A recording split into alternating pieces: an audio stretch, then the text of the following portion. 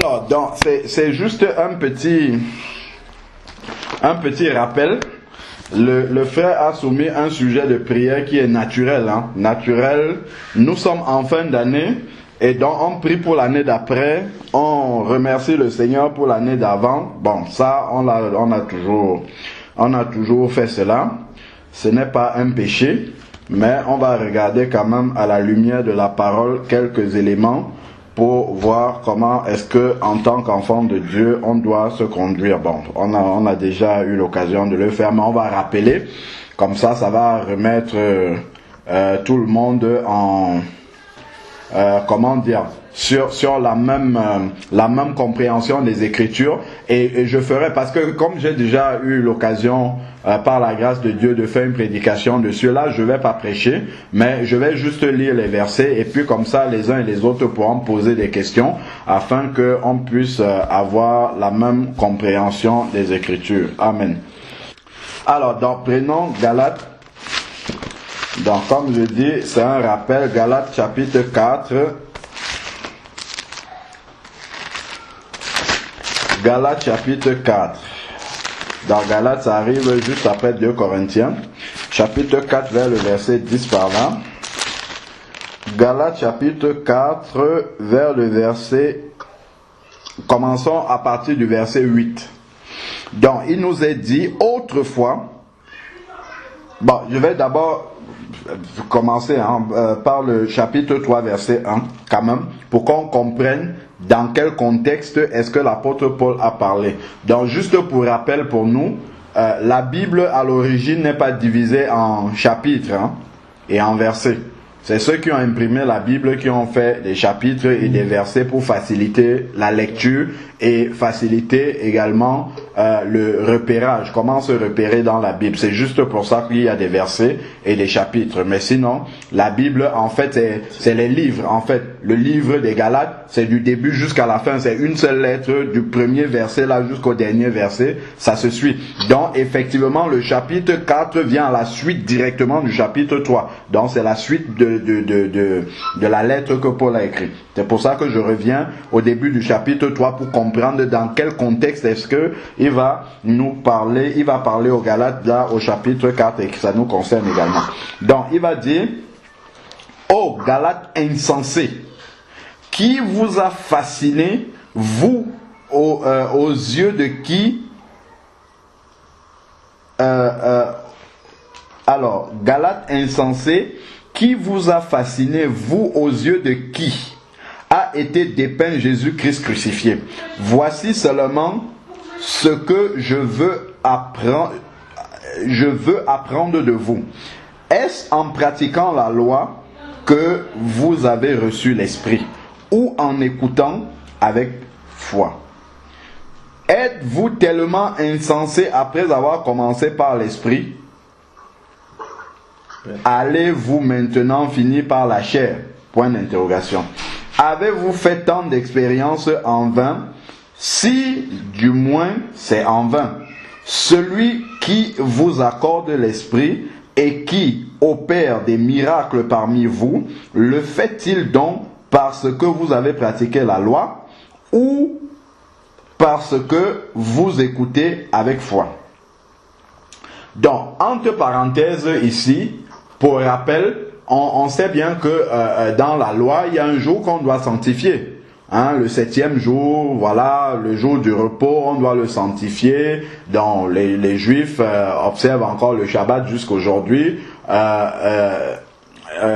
Et donc, en fait, c'est un jour particulier pour eux. Bon, les Galates qui, nouvellement convertis, ont reçu le message de la liberté en Christ et surtout le message vraiment que une fois que nous entrons, nous naissons de nouveau, nous sommes introduits dans le royaume de Dieu en fait.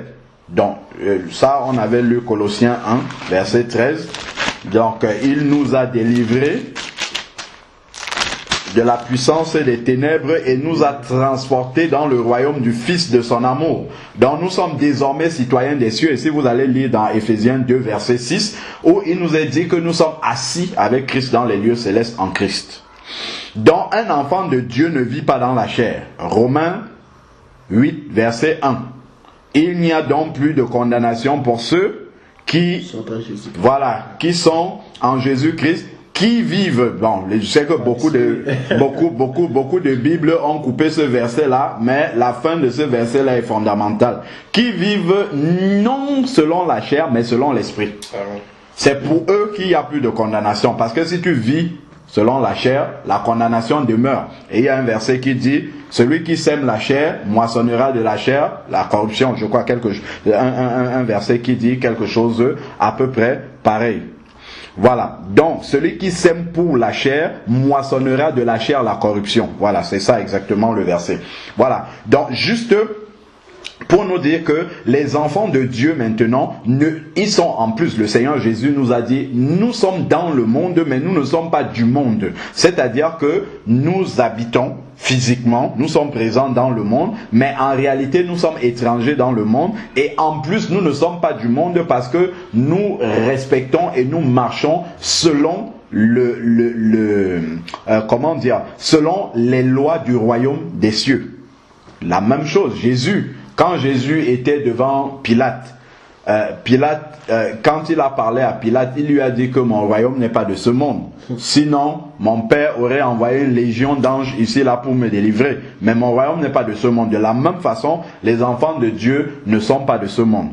Donc maintenant, je dis bien ceux qui sont nés de nouveau en Christ, qui sont assis dans les lieux célestes. Dans le ciel, c'est quoi lundi, c'est quoi mardi, c'est quoi mercredi, c'est quoi dimanche, c'est quoi le 25 décembre, c'est quoi le 31 décembre, la Saint-Sylvestre. Tout ça, ça n'existe pas dans le ciel. Donc pour nous, tout cela, ça n'existe absolument pas. Qu'on soit le 31 janvier, le début de la nouvelle année, ou bien la fin de l'année. En fait, nous vivons hors du temps. Et ça, on peut le prouver quand vous voyez 1 Thessaloniciens chapitre 4. À partir du verset 13 jusqu'au verset 18, quand il parle de l'enlèvement, il dit, frères, je ne veux pas que vous ignorez ceci. Bon, attends, je ne vais pas paraphraser comme ça, là, je vais le lire directement. 1 Thessaloniciens chapitre 4, et regardez, il dit, à partir du verset 13, nous ne voulons pas, frères, que vous soyez dans l'ignorance au sujet de ceux qui dorment, afin que vous ne vous attristiez pas comme les autres qui n'ont pas d'espérance. Et qui ceux qui dorment ici? Ce sont les morts en Christ. Il parle des gens qui sont morts. Pour nous ici, là, pour le commun qui ne connaît pas Jésus, quand quelqu'un est mort, voilà, tout est fini, tout s'arrête. Mais pour les enfants de Dieu, c'est quelqu'un qui dort. Est-ce que quand quelqu'un dort, sa vie s'est arrêtée? Pas du tout. Il va se réveiller d'un moment à l'autre. Mais spirituellement aussi, quand quelqu'un est mort, en fait, il est toujours, sa vie continue. C'est pas comme si ça s'était arrêté. Mais nous savons que il continue à vivre auprès du Père, tel que nous dit c'est 2 Corinthiens 5, là où il parle de la tente qui l'attend dans le ciel. Si jamais la tente terrestre, c'est-à-dire son corps, se détruit, celle qui est dans le ciel, les cieux, est plutôt en train de se fortifier. Bon, ça c'est juste pour nous dire que, en fait, bien qu'étant ici, présents sur la terre, nous vivons déjà selon les lois célestes. Et dans le ciel, comme je disais, nous vivons hors du temps. Bon, alors, revenons, nous sommes déjà dans l'éternité. Donc, revenons maintenant dans Galates ici. Alors, donc, ça c'était juste pour expliquer pourquoi l'apôtre Paul, une des raisons pour lesquelles l'apôtre Paul dit aux Galates, mais vous êtes insensés, vous avez commencé à marcher par l'esprit, c'est-à-dire à comprendre les principes dont je suis en train de parler là. Alors, un message, mais elle n'a pas répondu. Donc, les Galates en fait avaient commencé à comprendre la dimension spirituelle dans laquelle ils vivaient désormais. Lorsque l'apôtre Paul leur a prêché l'évangile, ils ont commencé à marcher dans cet évangile-là. Mais après, hop, voilà, les Galates qui sont retournés à la loi, on commence à dire, fais ceci, respecte le Shabbat, respecte les nouvelles lunes, respecte ceci, respecte cela. Et c'est dans ce contexte-là, un ensemble de choses qu'ils avaient abandonnées, qu'ils ont recommencé à pratiquer. C'est dans ce contexte-là que Galates 3 et Galates 4 intervient. Donc venons-en au fait, le verset 8 que je m'apprêtais à lire, Galates 4, 8. Autrefois, vous ne connaissiez pas Dieu et vous serviez des dieux avec petit d, qui par nature ne le sont pas. Donc ce sont des faux dieux. Mais maintenant, après avoir connu Dieu et surtout après avoir été connu de Dieu, comment retournez-vous à ces faibles et pauvres principes élémentaires auxquels vous voulez à nouveau vous asservir? C'est un asservissement de se mettre des contraintes du type aujourd'hui c'est dimanche, c'est sacré, donc il faut absolument que je fasse telle chose parce que le dimanche on fait ceci. Ah non, ça c'est le vendredi saint, c'est la semaine pascale, donc c'est spécial. Mais semaine pascale dans le ciel, ce n'est pas un jour différent que la veille, puisque nous sommes en Christ et que nous adorons et louons le Seigneur tous les jours de notre vie, en esprit et en vérité. Déjà, même quand on dit qu'on adore en esprit et en vérité et que ce n'est plus à Jérusalem, selon Jean 4, là forcément, il n'y a plus... voilà. Donc, on n'est plus dans un jour spécifique. On a vu le livre de Lévitique. Le Seigneur avait donné toutes les fêtes. À tel moment, il faut respecter telle fête de tel mois. Il y en a plein, les fêtes de l'Éternel et tout. Mais maintenant, vraiment, là, ça c'était l'ombre des choses à venir. Sachant que l'accomplissement est en Christ. Maintenant que Christ est arrivé, là nous sommes dans les choses vraiment réelles, révélées. Donc, les Galates voulaient s'asservir encore par le respect d'un certain nombre de rites, parmi lesquels, verset 10 maintenant, Galates 4, 10, vous observez les jours, les mois, les temps et les années. Je crains d'avoir inutilement pris la peine pour vous. C'est-à-dire de vous avoir expliqué que maintenant vous êtes des enfants de Dieu, marchant selon les principes du ciel. Vous êtes citoyens, concitoyens des cieux. Je crois même qu'il y a cette expression-là dans la Bible. C'est-à-dire, dans le ciel, il n'y a pas un calendrier où on va dire aujourd'hui c'est lundi, demain c'est mardi, après-demain, et ça fait la différence entre tous ces jours-là. Un jour on fait ceci, l'autre jour on doit faire autre chose. Non.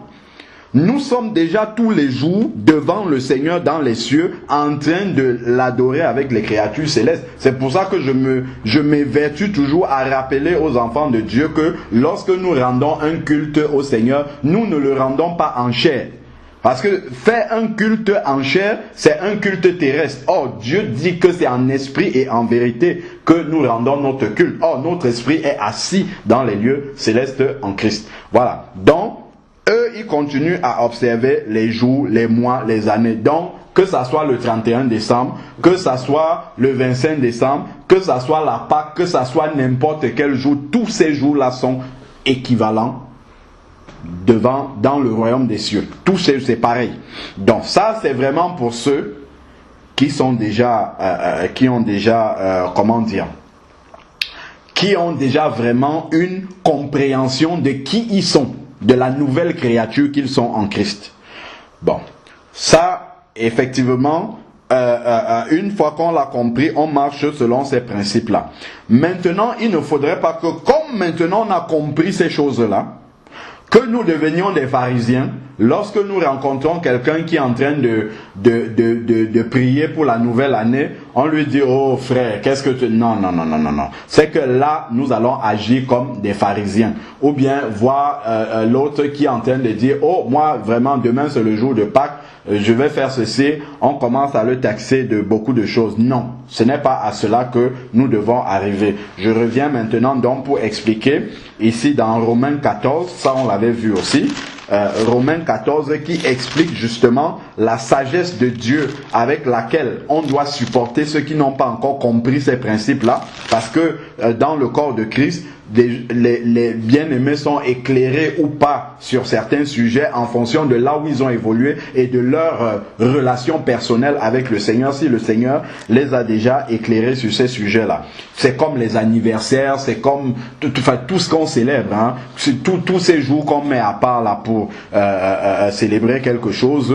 Tout cela en fait en réalité c'est équivalent.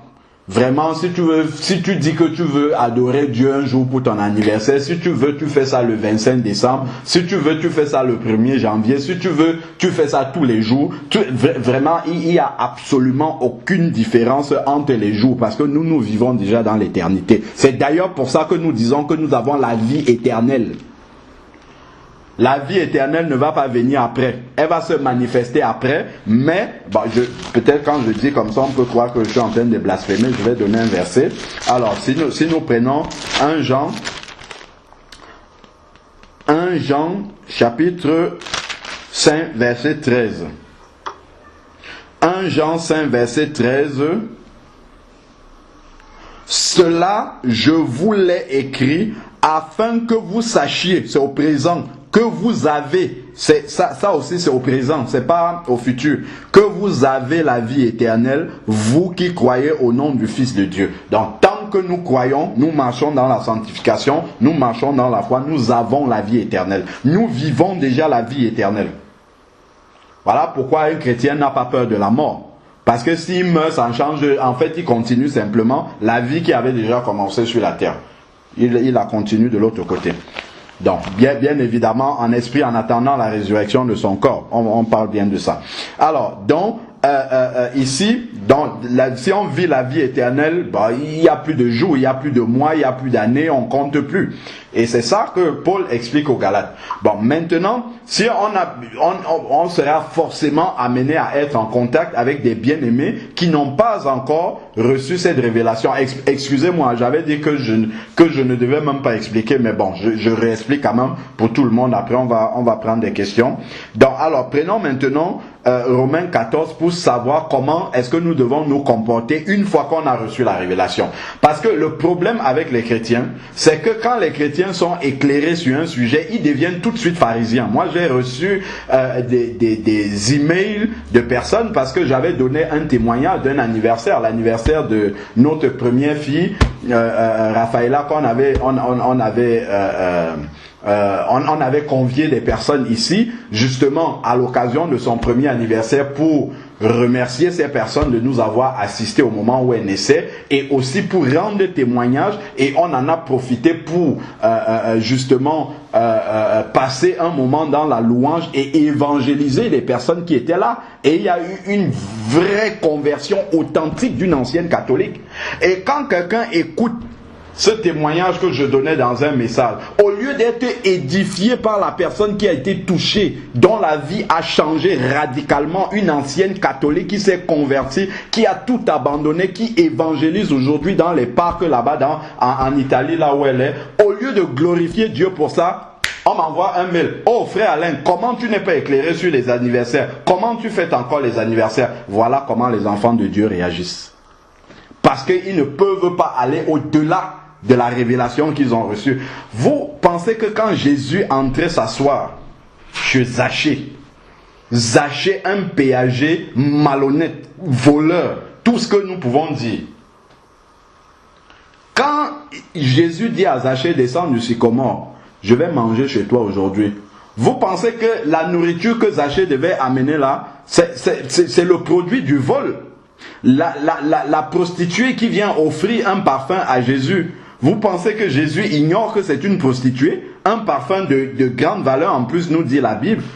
Mais d'où vient cet argent-là? De la prostitution. Et le parfum, soit c'était un parfum qu'elle avait acheté pour séduire les hommes, ou bien je ne sais pas, mais en tout cas, c'est pas quelque chose de saint. Mais comment Jésus, qui est le saint des saints sur la terre, peut accepter quelque chose comme ça? D'ailleurs, si vous allez vous retourner dans les évangiles, vous allez voir qu'à côté de Jésus, d'ailleurs il était chez un pharisien nommé Simon, je crois. Et il a commencé à regarder Jésus d'une façon bizarre quand il acceptait que la femme lui nettoie les pieds avec ses larmes et ses cheveux et tout ça.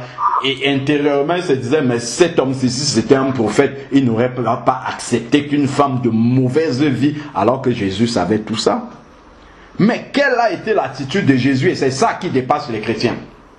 Quand le chrétien a la révélation, il est dépassé, il ne sait pas comment, parce qu'en même temps, il ne faut pas tomber dans le compromis. Parce que Jésus, quand il s'asseyait avec les péagers et les gens de mauvaise vie, ce n'était pas pour pratiquer la mauvaise vie avec eux. Le problème avec le chrétien, c'est ça. C'est que s'il est avec ces personnes-là, il va faire comme eux, il va oublier qu'il est chrétien, il ne pourra pas défendre son flambeau. Soit il va se mettre de l'autre côté et commencer à insulter les autres et dire vous êtes ceci, je ne vous fréquente pas, ainsi de suite. Mais s'il est là-dedans, il va s'oublier, il va rebasculer dans son ancienne nature et il va vivre comme ça. Le problème, il est là.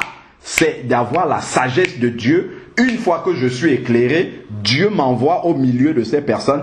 Quelle attitude je dois avoir? À quel moment je ne dois pas tomber dans le compromis? Et c'est pour cela qu'on a l'Esprit de Dieu. C'est pour cela que l'Esprit de Dieu a été donné. C'est pour nous aider, une fois qu'on a reçu la révélation, de savoir comment nous conduire. Dans quelles circonstances, qu'est-ce que je peux, qu'est-ce que je ne dois pas, ainsi de suite. Prenons Romains 14 qui nous rappelle ces choses-là. Faites bon accueil à celui qui est faible dans la foi, sans discuter des opinions. Je sais déjà que telle personne fête Noël. L'autre là, lui, Nouvel An, c'est sacré pour lui. Ce n'est pas pour cela que je vais dire, oh, toi, tu n'es plus mon frère. Attends, toi-même, avant, tu étais dans l'ignorance, déjà, pour commencer. Dieu t'a éclairé un jour, aujourd'hui, tu rejettes tout le monde. Non, c'est pas comme ça que les choses doivent se passer. Une fois que je suis éclairé, je dois d'abord demander la sagesse à Dieu. Seigneur, maintenant que je suis éclairé, comment est-ce que tu veux m'utiliser pour que j'éclaire les autres? C'est ça le but en fait. Le but, il est là. Si c'est que tu es éclairé et que tu ne peux pas éclairer les autres, en fait tu ne sais à rien. Il vaut mieux que Dieu te reprenne, qu'il te ramène dans le ciel. Et le but pour lequel nous sommes sur la terre, en dehors de nous sanctifier, de nous perfectionner, et d'ailleurs le but pour moi qui est même encore plus grand, c'est que nous témoignons aux autres. C'est ça, parce que le jour où tu nais de nouveau, tu as confessé tous tes péchés, en fait tu es parfait ce jour-là. Normalement, si le Seigneur te reprend là, tu vas au ciel directement. Ça serait mieux qu'on te reprenne à ce moment-là, mais le Seigneur nous laisse encore parce que nous devons témoigner à ceux qui eux, ne sont pas encore convertis. Alors, prenons le verset 2, Romains 14. Tel croit pouvoir manger de tout, tel autre est faible. Tel autre qui est faible ne mange que des légumes. Que celui qui mange ne méprise point celui qui ne mange pas. Bon, ça c'est pour les aliments. Ça aussi, ça arrive. Ceux qui mangent les viandes sacrifiées aux idoles parce qu'ils ont compris, d'autres ne mangent pas, ainsi de suite. Ça, il n'y a pas à faire des problèmes. Et que celui qui ne mange pas ne juge point celui qui mange. Car Dieu lui a fait bon accueil. Qui es-tu, toi qui juges le serviteur d'autrui, s'il se tient debout ou s'il tombe, cela regarde son maître. Mais il se tiendra debout, car le Seigneur a le pouvoir de le soutenir. Voilà. Bon, le verset en fait qui nous intéresse là pour les jours là, c'est tel juge un jour supérieur à un autre. Quelqu'un va dire, le jour de mon anniversaire, le jour où j'étais né, moi je le considère comme plus grand que tous les autres jours de l'année, parce que je suis quand même né ce jour-là. Bon. Tel autre considère comme tous égaux, ce que moi je venais de dire, que tous les jours sont pareils, parce que maintenant nous vivons dans l'éternité. Alors nous sommes deux, nous sommes tous les deux enfants de Dieu. Comment est-ce qu'on doit marcher, avancer ensemble? Il dit que chacun soit pleinement convaincu dans sa propre pensée. Première chose d'abord, je suis pleinement convaincu et je crois aussi que mon frère de l'autre côté est pleinement convaincu. Verset 6 maintenant. Celui qui se préoccupe des jours s'en préoccupe pour le Seigneur. Donc, tout dépend de ce qu'il va mettre dans ce jour-là. Si tu dis que le jour de ton anniversaire est un jour particulier et que ce jour-là, tu invites des amis pour t'enivrer de vin, je crois que là, il y aura un problème. Il vaut mieux que tu considères ça comme tous les autres jours, parce que les autres jours, tu pries. Dans ce jour-là, tu vas au moins prier. Bon, si par contre, ce qui s'est produit le jour de l'anniversaire de notre fille, comme je disais, si ce jour-là, tu en fais un jour particulier parce que tu sais que dans les jours ordinaires, si tu invites des personnes venir chez toi pour leur parler de Jésus, ils ne viendront pas. Mais si tu leur dis que venez à mon anniversaire, ils vont courir pour venir et tu en profites. Donc, comme ils sont là pour leur prêcher la parole, ben Dieu ne t'en tiendra pas rigueur. Tout dépend de ce que tu mets dans ce jour-là. Voilà. Donc, c'est celui qui donc s'en préoccupe pour le Seigneur. Donc il faut que si tu mets ce jour-là à part, que ça soit un jour pour glorifier Dieu, pas pour glorifier ta chair. Donc c'est là où est le problème. Donc ensuite maintenant, donc si le 31 décembre tu veux te réunir pour prier toute la nuit pour la nouvelle année, Dieu ne va pas te punir parce que tu fais cela. Alors, donc celui qui mange, c'est pour le Seigneur qu'il mange, et car il rend des actions de grâce à Dieu. Celui qui ne mange pas, c'est pour le Seigneur qu'il ne mange pas, et il rend aussi des actions de grâce. Donc pareillement pour les jours, parce que celui aussi qui ne met pas un jour supérieur à l'autre, tous les jours sont pareils pour lui, et lui il prie tous les jours devant le Seigneur, et un jour est équivalent à un autre, parce que pour lui le temps ne compte plus, parce que voilà, il vit déjà dans l'éternité, parce qu'il a la vie éternelle. Voilà. Donc c'était juste pour faire ce petit rappel là, pour que nous soyons tous nous ayons tous la connaissance de la parole en ce qui concerne les jours, les dates, les mois, les années, tout ça. Est-ce que on doit encore considérer que l'année prochaine est différente de cette année? Est-ce que Dieu doit agir différemment l'année prochaine que cette année? Tout ça. Enfin bref, donc ça, vraiment, c'était pour tirer ça au clair une bonne fois pour nous tous.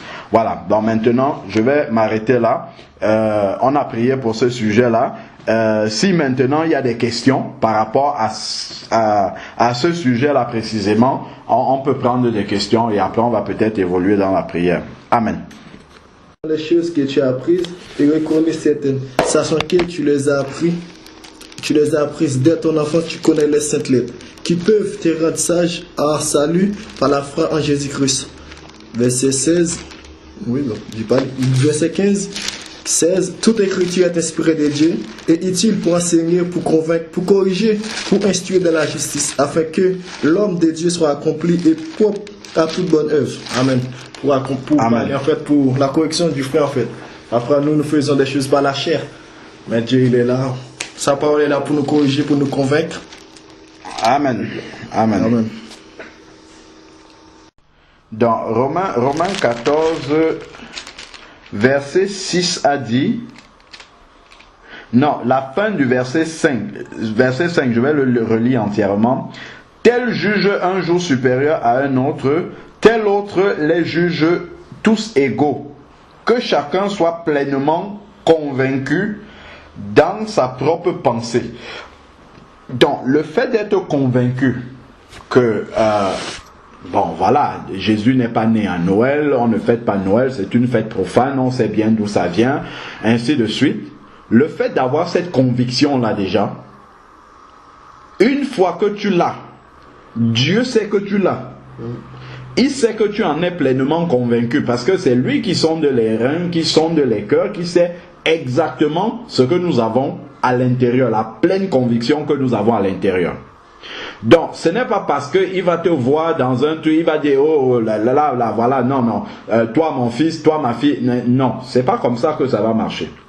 En toute chose, il faut demander de la sagesse à Dieu. Donc, par exemple, le 24 décembre, tu es disponible, quelqu'un t'invite quelque part. Bon, je vais lire d'abord un verset. Prenons 1 Corinthiens 10 pour montrer ça déjà, parce que comme je disais tantôt, le plus difficile pour le chrétien, c'est d'avoir une position équilibrée sans tomber dans le compromis, parce que c'est ça qui est facile. C'est quand quelqu'un va entendre quelque chose que je vais dire, tout de suite, lui, il va saisir il va saisir l'information pas comme il le faut, et il va tomber dans le compromis et même dans le péché. Parce qu'il se dit, ah ben finalement on peut le faire. Mais non, tout doit être toujours inspiré par le Saint-Esprit. Tout doit toujours être conduit par le Saint-Esprit. Et moi je vais vous donner des exemples où moi étant convaincu par Noël, des façons que le Seigneur m'a donné de pouvoir me comporter. Alors, donc prenons 1 Corinthiens, je disais tantôt 1 Corinthiens 10, verset 27.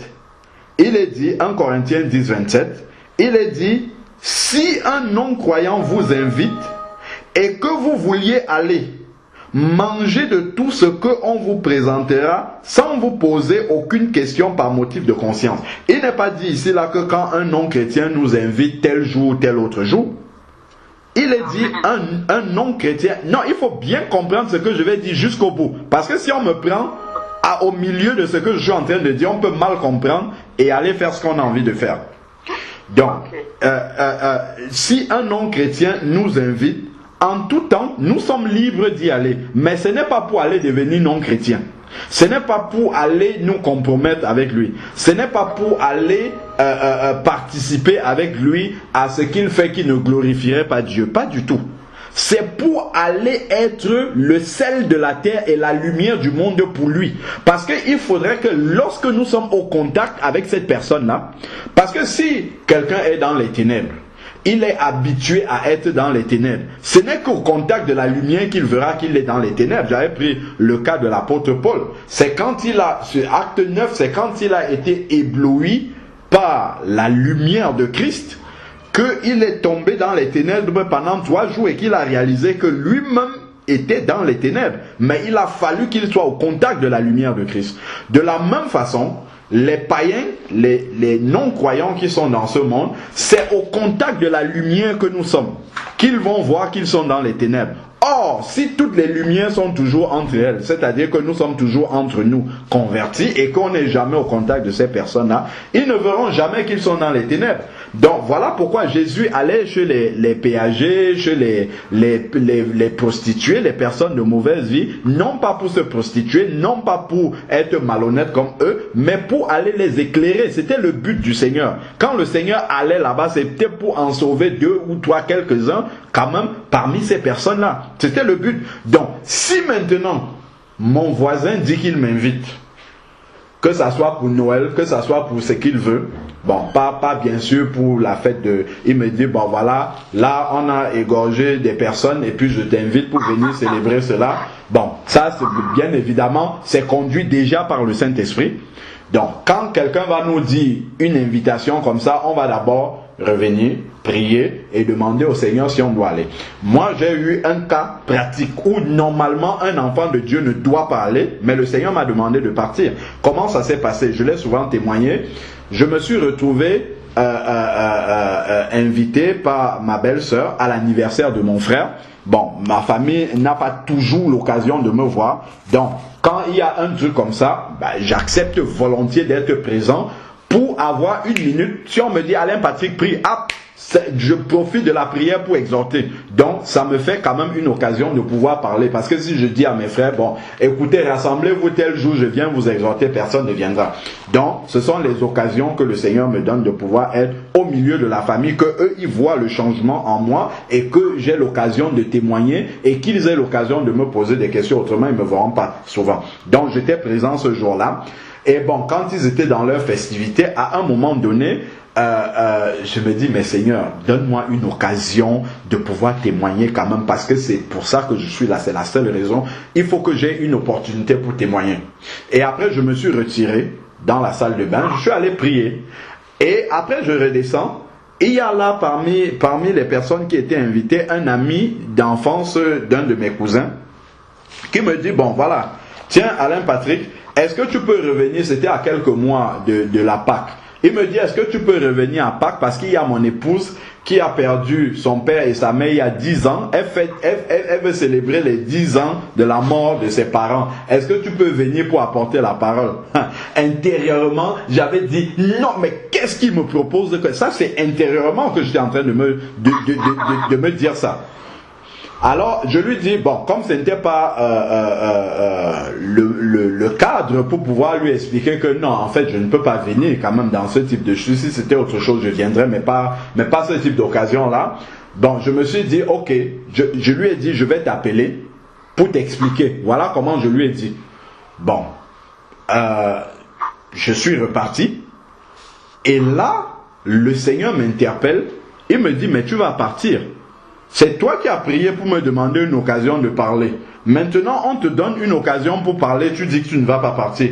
Pourquoi tu ne vas pas partir? Tu dois partir pour leur expliquer que ce qu'ils font, ils ne doivent pas le faire parce que Dieu n'approuve pas ça. Si tu ne vas pas leur expliquer ça, mais ils continueront à faire. Donc tu vas aller une seule fois pour leur expliquer ça et en même temps tu vas leur dire que maintenant vous êtes éclairés sur ces choses-là. Si vous continuez à faire ça, ne m'appelez plus. Mais au moins, ils auront compris. Chose que j'ai faite. Je suis allé ce jour, j'ai ouvert la parole, je leur ai dit qu'on ne célèbre pas les morts, je leur ai montré avec la Bible, et puis je leur ai lu après Acte 17, verset 31 pour dire, Dieu, sans tenir compte des temps d'ignorance, appelle tous les hommes qu'ils aient assez repentis. Avant, vous étiez ignorants sur le sujet. Si vous continuez à célébrer les morts, Dieu ne vous tient plus pour innocent. Vous serez coupable. Vous serez rebelle parce que vous avez entendu la parole. Mais il a fallu que moi, je me déplace, que je sois dans un tel milieu pour éclairer là-dessus. Sinon, il n'aurait pas été éclairé. Donc, de la même façon, ça peut se décliner, comme je disais, voilà, un voisin qui nous invite pour Noël. Dieu sait que nous ne fêtons pas Noël du tout. Ok, je vais prier. Si Dieu me donne la conviction d'y aller, je vais dire, ok, je vais, mais Seigneur, permets-moi au minimum de lui expliquer que Noël, ça ne vient pas de Dieu. Donc, voilà.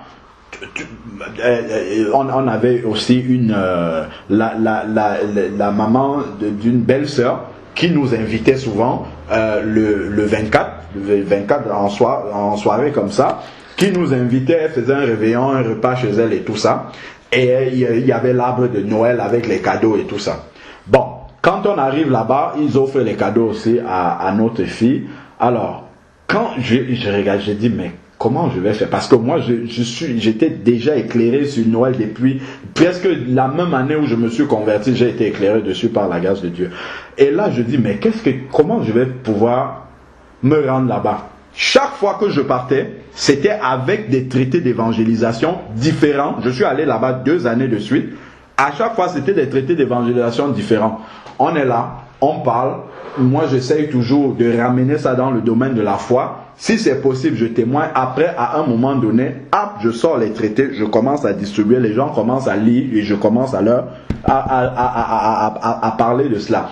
Et maintenant, au niveau des cadeaux, je me dis, mais qu'est-ce que moi je m'en vais, je prends la Bible en bande dessinée pour les enfants ou bien un dessin animé d'une histoire biblique. Ça, c'est ce que moi j'offre aux enfants à ce moment-là. Et là, qu'est-ce que ça permet?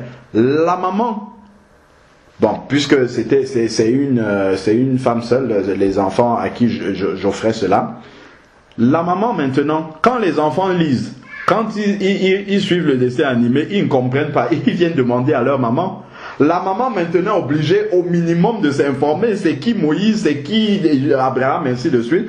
Et elle revient vers nous, mais ce que vous avez donné à l'enfant là, voilà, elle ne comprend pas. Et puis hop, ça donne l'opportunité de parler du Seigneur aux gens. C'est comme cela que nous pouvons être la lumière de... Est-ce que ça veut dire que je suis convaincu par Noël? Pas du tout. Est-ce que ça veut dire que quand je suis allé là-bas, je fête Noël? Pas du tout. La preuve, c'est que 1-2 années après, les années d'après, je n'y vais plus. Donc c'est vraiment avec la sagesse de Dieu qu'on doit vraiment se conduire en toute occasion, parce que le Seigneur nous a laissés pour être des témoins, non pas pour être dans le compromis comme Lot, mais pour être des témoins. Si je vais aller chez le voisin juste pour bien manger et puis que mon ventre soit bien plein après et puis je me lève pour partir sans être un témoin, bon, c'est pas de bonne disposition, bien que Dieu ne t'interdise pas de le faire, mais le but ultime, enfin, en tout cas le premier but pour lequel c'est d'abord pour lui dire que bon, écoute ça, voilà.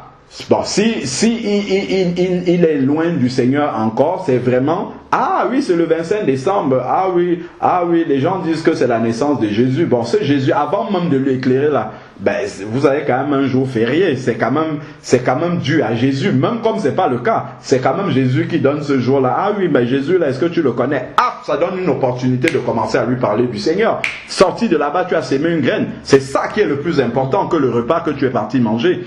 C'est ça qu'il faut toujours voir. C'est pour ça qu'on doit demander toujours la sagesse au Seigneur. La sagesse au Seigneur de pouvoir. Moi, je pense que le 25 décembre, c'est un bon jour pardon, je vais aller jusqu'au bout. C'est un bon jour pour être dehors, pour évangéliser, pour parler aux gens. Je pense que c'est un très bon jour parce que les gens, au moins ce jour-là, ils savent que c'est Jésus, même si c'est pas la vérité, c'est Jésus qui leur a donné ce jour-là. Donc, ils peuvent au moins entendre parler de ce Jésus-là. Et voilà comment nous devons avoir la sagesse de Dieu en toutes choses. Maintenant, si on va être au milieu d'eux, que quand quelqu'un arrive, il ne remarque même pas que toi, en fait, tu ne fêtes pas, mais tu es là, il te voit tellement emballé avec eux là-dedans. Là, ce n'est pas bon. Bon, maintenant, concrètement, quand on a reçu l'éclairage, la révélation par rapport à cela, les enfants qui sont avec nous et tout ça, il y a une préparation aussi pour amener les enfants à comprendre que, bon, écoute, hein, les cadeaux, c'est pas forcément maintenant. On peut offrir les cadeaux à l'enfant, lui offrir un cadeau en dehors de cette période-là et prendre cette habitude de lui donner les cadeaux en dehors de cette période-là. C'est comme ça que l'enfant va commencer à se couper de cela. Et s'il atteint déjà un certain âge, on le fait asseoir et puis on lui explique les choses clairement. Le Père Noël, ça n'existe pas. On lui explique la fête de Noël et tout ça. Une fois que l'enfant a un certain âge, on peut clairement lui expliquer les choses. Donc maintenant, après, il ne faut justement pas parce que, bon, aujourd'hui, lui offrir un cadeau, l'année prochaine, comment tu vas faire? Et ainsi de suite. Donc, bon, en tout cas, Dieu te donnera la sagesse de savoir comment le sevrer de ces choses-là, en lui expliquant surtout. Parce que si tu ne lui expliques pas, effectivement, bon, il sera un peu perdu parce qu'il ne comprendra pas. Lui pensera que c'est un manque d'amour. C'est pour cela que... On est déjà au courant. Il a parlé de ça. Voilà. C'est qu'on va à Noël à la maison, il n'y a pas de sapin et tout. Mais voilà, comme on est séparés avec son père, il va là.